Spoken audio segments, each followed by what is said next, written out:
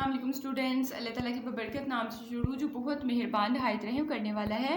आज का हमारा टॉपिक है stress, strain and Young's modulus. ठीक है, तो स्ट्रेस क्या होता है, स्ट्रेन क्या होता है, यंग मॉडुलस, तीन हमारे पास ये टॉपिक्स है, बहुत ईजी हैं। तो सबसे पहले हम बात करते हैं स्ट्रेस के बारे में। बच्चों स्ट्रेस क्या होता है? स्ट्रेस अभी हमने पिछला जब लेक्चर किया था मैंने बताया था कि स्ट्रेस एक तरह का प्रेशर होता है। जैसे हम लोग बोलते हैं आजकल बड़ा काम का जो है स्ट्रेस है, तो मतलब आजकल काम का बड़ा प्रेशर, आप ये बताना चाहते हैं कि बहुत ज़्यादा काम है। ठीक है, तो प्रेशर की आपने डेफिनेशन की थी फोर्स पर यूनिट एरिया। इसी तरह स्ट्रेस की हम लोग करेंगे कि it is defined as the force applied per unit area. ठीक है, आप किसी भी बॉडी पे जो फोर्स लगाते हो और फोर्स लगाने की वजह से उसमें चेंजिंग आएगी, उसकी शेप में जो चेंज आती है, चाहे उसके लेंथ में चेंजिंग आए, चाहे उसके वॉल्यूम में चेंजिंग आए, चाहे उसकी शेप में चेंजिंग आए। तो अगर आप किसी बॉडी पे फोर्स लगाते हो, फोर्स लगाने से उसकी शेप, वॉल्यूम या लेंथ तीनों में से किसी एक चीज़ में चेंजिंग आती है तो वो आपके पास स्ट्रेस कहलाएगी। ठीक है, तो यही उसने लिखा है, it is defined as the force applied per unit area to produce any change in the shape. उसकी शेप में कुछ चेंज लाने के लिए जो आप फोर्स लगाते हो, या वॉल्यूम में या लेंथ में, तो उसको हम लोग बोलते हैं स्ट्रेस। तो स्ट्रेस का वही फार्मूला जो प्रेशर का, फोर्स ओवर एरिया। अब फोर्स का यूनिट क्या होता है, हमें पता फोर्स का यूनिट होता है न्यूटन, और एरिया हमारे पास होता है एम स्क्वायर में, क्योंकि एरिया की दो साइड्स होती हैं, तो दोनों मतलब एक साइड का अगर मीटर है तो दूसरी साइड भी आपकी मीटर की है, तो एम को एम से मल्टीप्लाई करेंगे तो एम का स्क्वायर। तो जब एम स्क्वायर आप ऊपर उठा के लेके जाओगे तो एम पावर क्या बन जाएगी, -2 बन जाएगी। तो स्ट्रेस का यूनिट वही है जो प्रेशर का यूनिट है, एन एम -2। और आपको पता है प्रेशर की यूनिट को एन एम -2 को हमने पास्कल का नाम दिया था। तो ये भी आपके पास एन एम -2 है, तो मैंने यही लिखा है which is equal to Pascal या विच इज कॉल्ड पास्कल। ठीक है, अब देखिए स्ट्रेस की वजह से हमने तीन बातें की, या शेप में चेंजिंग होगी, या वॉल्यूम में, या लेंथ में। अगर बच्चों स्ट्रेस आप किसी बॉडी पे प्रेशर लगा रहे हो, मतलब फोर्स लगा रहे हो, और फोर्स लगाने से उसकी लेंथ में जो है वो चेंजिंग आ रही है, यही इलास्टिक वाली एग्जांपल, ये फोर्स मैंने लगाई, इसकी लेंथ में इजाफा हो गया। तो इस तरह की जो स्ट्रेस होती है उसको बोलते हैं लीनियर स्ट्रेस या टेंसाइल स्ट्रेस। ठीक है, उसको क्या बोलते हैं, लीनियर स्ट्रेस या टेंसाइल स्ट्रेस। लेकिन अगर आप किसी बॉडी पे फोर्स लगाती हो, लेट्स सपोज आपके पास एक ऐसी बॉल है जिसको आप जो है जिसको जो ही प्रेस करते हो, वो देखा ना बच्चों को वो मट्टी वाला वो एक आता है, पता नहीं वो रबड़ की एक चीज़ आती है, वो डिफरेंट से खिलौने बना रहे होते हैं। लेट्स सपोज आपने उससे एक बॉल बनाई है, जो ही आप फोर्स लगाते हो तो इतनी बॉल थी, उसकी शेप थोड़ी कम हो गई है। ठीक है, वो स्क्वीज हो गई है, सुकड़ गई है थोड़ी, तो मतलब उसके वॉल्यूम में चेंजिंग आ गई है। तो अगर वॉल्यूम में चेंजिंग आ जाएगी तो फिर उसको आपने बोलना है वॉल्यूमेट्रिक स्ट्रेस, या वॉल्यूम स्ट्रेस अकेला बोल लो, या वॉल्यूमेट्रिक स्ट्रेस। ठीक है, METRIC भी हो जाएगा, या वॉल्यूम स्ट्रेस ही हो जाएगा। ठीक है, तो अगर आपके पास वॉल्यूम में चेंज आ रहा है तो वॉल्यूमेट्रिक स्ट्रेस होगा। और अगर आपके पास शेप में चेंजिंग आ रही है, शेप में कैसी चेंजिंग आ रही है, वही एग्जांपल जो मैंने पिछले लेक्चर में दी थी आपके पास, कि आपके पास अगर एक पेपर है, लेट्स सपोज मेरे पास एक पेपर है, पेपर को पकड़ के हम लोग जो है उसको मड़ोड़ देते हैं। जैसे ये लेट्स सपोज ये पेपर, इसको हमने मड़ोड़ दिया तो इसकी शेप में हमने चेंजिंग कर दिया है। तो अगर शेप में चेंजिंग आ जाएगी तो उसको शेयर स्ट्रेस बोलेंगे। ठीक है, शेप वर्ड एस से स्टार्ट हो रहा है, शेयर भी एस से स्टार्ट हो रहा है। अगर शेप में चेंजिंग हो जाएगी तो उसको आप क्या बोलोगे कि हमारे पास क्या है, शेयर स्ट्रेस है। तो लिखना कैसे है, पहले आपने स्ट्रेस की डेफिनेशन लिखी, फिर उसकी यूनिट की हेडिंग दे के यूनिट लिखा है। ठीक है, यूनिट लिखने के बाद आपने हेडिंग देनी है किसकी, टेंसाइल स्ट्रेस की। ठीक है, तो आपने क्या लिखना है, when a stress changes length it is called tensile strength. ठीक है, अगर आप स्ट्रेस लगाते हो, मतलब किसी बॉडी पे फोर्स लगाते हो, तो उसकी वजह से अगर लेंथ में चेंजिंग आ रही है तो उसको टेंसाइल स्ट्रेस कहोगे। उसके बाद आपने फिर हेडिंग देनी है वॉल्यूमेट्रिक स्ट्रेस की। तो आपने कहना है व्हेन अ स्ट्रेस। ठीक है, ये वर्ड आपने तीनों में यूज़ करना है, ये line, when a stress changes the volume it is called volumetric stress. ठीक है, और जब शेयर स्ट्रेस की बात आएगी तो फिर आपने लिखना है when a stress changes the shape of a body, भी वैसे लिख सकते हो, it is called shear stress. तो मेरे ख्याल में स्ट्रेस के बारे में आपको कवर हो गया होगा कि स्ट्रेस की डेफिनेशन लिखोगे तो आपको कि शेप, लेंथ और वॉल्यूम, अगर तीनों में से किसी एक में चेंजिंग आ गई फोर्स लगाने से तो वो स्ट्रेस है। अगर लेंथ में आ गई तो टेंसाइल स्ट्रेस है, अगर वॉल्यूम में आ गई तो वॉल्यूमेट्रिक स्ट्रेस है, और अगर शेप में आ गई तो आपके पास क्या है, शेयर स्ट्रेस है। ठीक है, इसके साथ ही हमारा टॉपिक था स्ट्रेन्स। ठीक है, अब ऊपर हमने स्ट्रेस में बात की है कि अगर लेंथ में फ़र्क आ जाए, देखिए ना, अगर यही इलास्टिक है, इसकी लेंथ पहले मैंने मापी है मेरे पास 10 सेंटीमीटर की, लेकिन जो ही मैंने इसको जो है इस पर फोर्स लगा के इसमें लेंथ में चेंजिंग आए तो वो टेंसाइल स्ट्रेस होती है।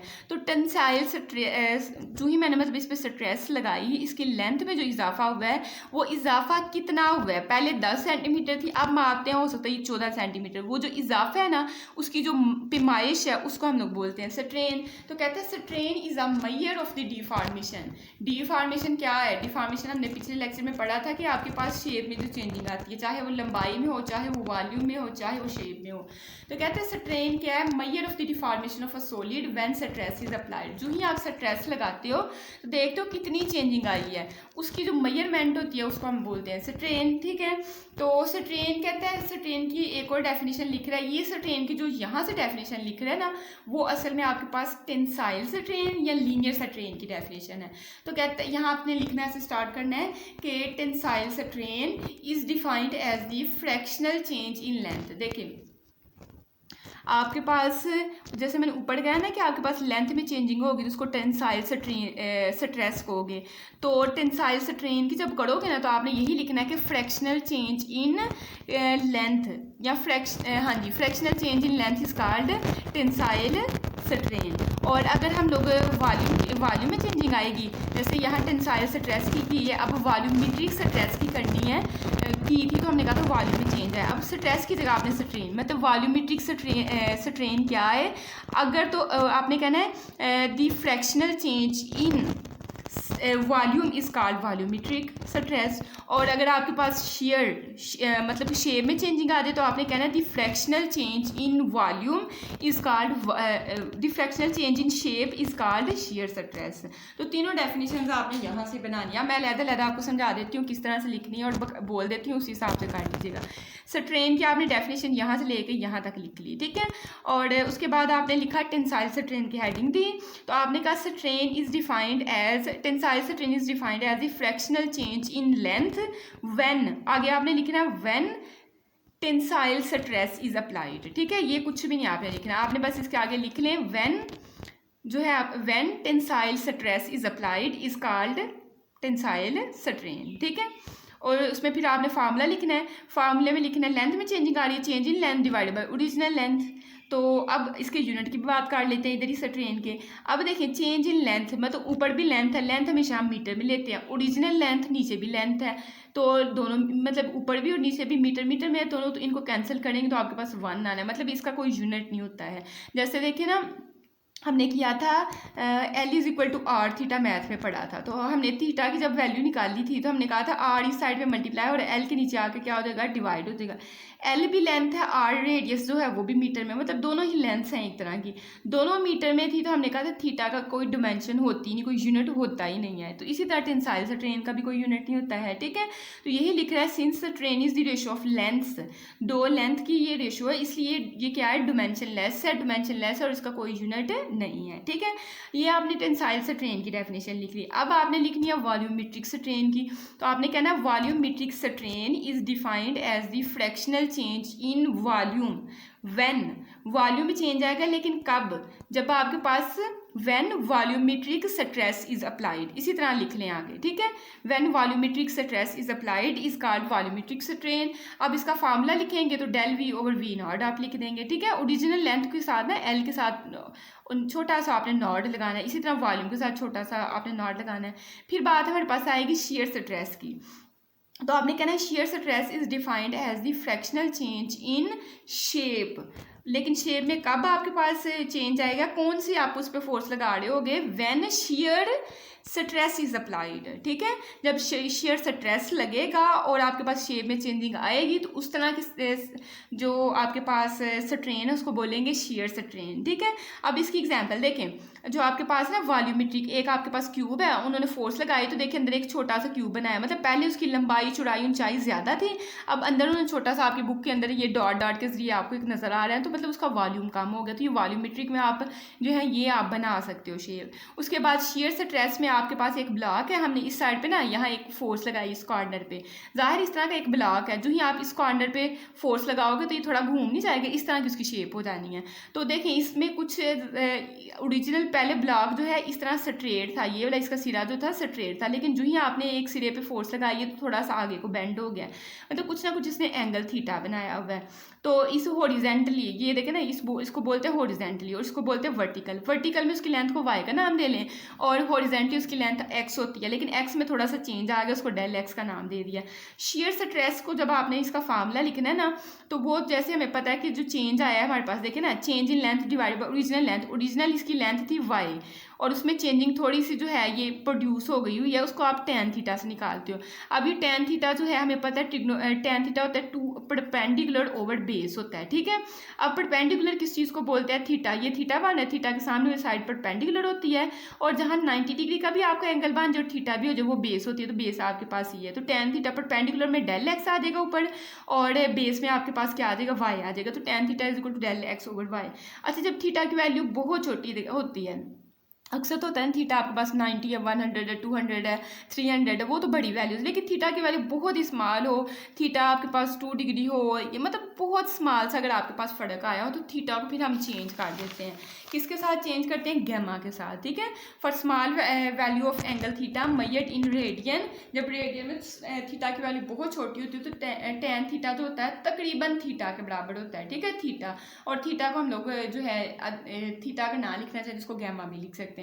तो ये आपके पास कुछ इंपॉर्टेंट चीज़ें थी, ठीक है। नेक्स्ट हमारे पास है यंग्स मॉडुलस। यंग्स मॉडुलस क्या है? अब आपने स्ट्रेस भी पढ़ लिया, स्ट्रेन भी पढ़ लिया। स्ट्रेस और स्ट्रेन, लेकिन कौन सी स्ट्रेस और स्ट्रेन? टेंसाइल, मतलब लेंथ की, आपने किसी बॉडी पे फोर्स लगा के उसकी जो है लेंथ में जो है इजाफा करवाया या कमी करवाई, ठीक है। अच्छा, यहाँ एक तो अहम पॉइंट था जो कि हम लोग छोड़ चुके हैं, ये भी इधर देख लें। अगर तो आपके पास आप लेंथ में फ़र्क कर रहे हो, मतलब किसी चीज़ को खींच रहे हो, अगर उसकी लेंथ बढ़ रही है तो लेंथ बढ़े तो फिर तो वो चले टेंसाइल स्ट्रेस है, मतलब लेंथ में चेंजिंग हुई टेंसाइल स्ट्रेस है। लेकिन कुछ ऐसा हो, कुछ चीज़ें होती हैं जिनको खींचे तो वो थोड़ी सुकड़ जाती हैं, तो अगर लेंथ में कमी आ जाए तो उसको बोलते हैं कंप्रेसिव स्ट्रेंथ, उसको फिर टेंसाइल स्ट्रेंथ नहीं बोलते हैं, ठीक है, उसको बोलते हैं कंप्रेसिव स्ट्रेस बोलते हैं। तो ये एक हम वर्ड छोड़ गए हुए थे, ठीक है। अच्छा, अगर आपके पास जो है टेंसाइल स्ट्रेस, मतलब कि आप एक बॉडी पे स्ट्रेस लगाते हो, उसकी जो लेंथ है उसमें कमी या इजाफा हो जाता है तो उसको बोलते हैं टेंसाइल स्ट्रेस। उसी कमी या इजाफे की पैमाइश करोगे तो उसको बोलते हैं टेंसाइल स्ट्रेन। इन दोनों को डिवाइड कर दो तो आपके पास जो है ये क्या आ जाएगा? यंग्स मॉडुलस आ जाएगा, ठीक है। This stress applied, Young's modulus हमें क्या कहता है? स्ट्रेस अप्लाई कर रहे हो किस पे? Per unit strain.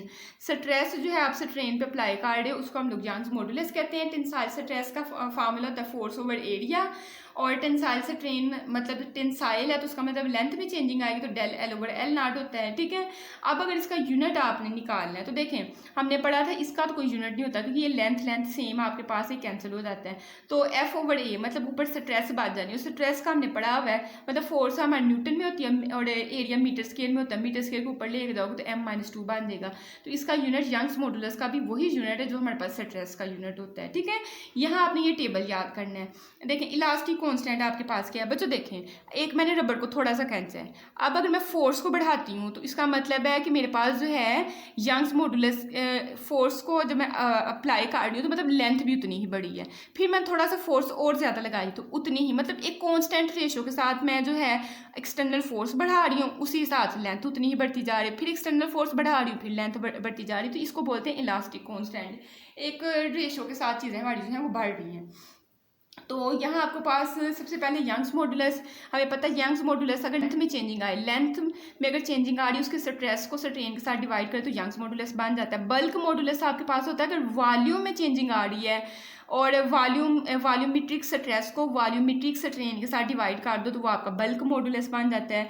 और शेयर मॉडुलस होता है कि शेप, मतलब कि आप एक स्ट्रेस लगा रहे हो, मतलब कि शेयर स्ट्रेस को शेयर स्ट्रेन पे डिवाइड कर दो तो आपके पास शेयर मॉडुलस बन जाता है। तो इनके आपने जो है मेन वाले आपके पास हैं कंक्रीट का है, कॉपर का है, डायमंड का है, आइस का है, स्टील का है, ये आपने इनकी वैल्यूज़ याद करनी है। और इनकी वैल्यूज़ एलुमिनियम की है 70 मल्टीप्लाई इसके साथ है 10 पावर 9, वो आपने हर एक के साथ लिखनी है। यहाँ भी 10 पावर 9 ऊपर उसने हर एक के साथ नहीं मेंशन किया, ऊपर अलग से मेंशन कर दिया।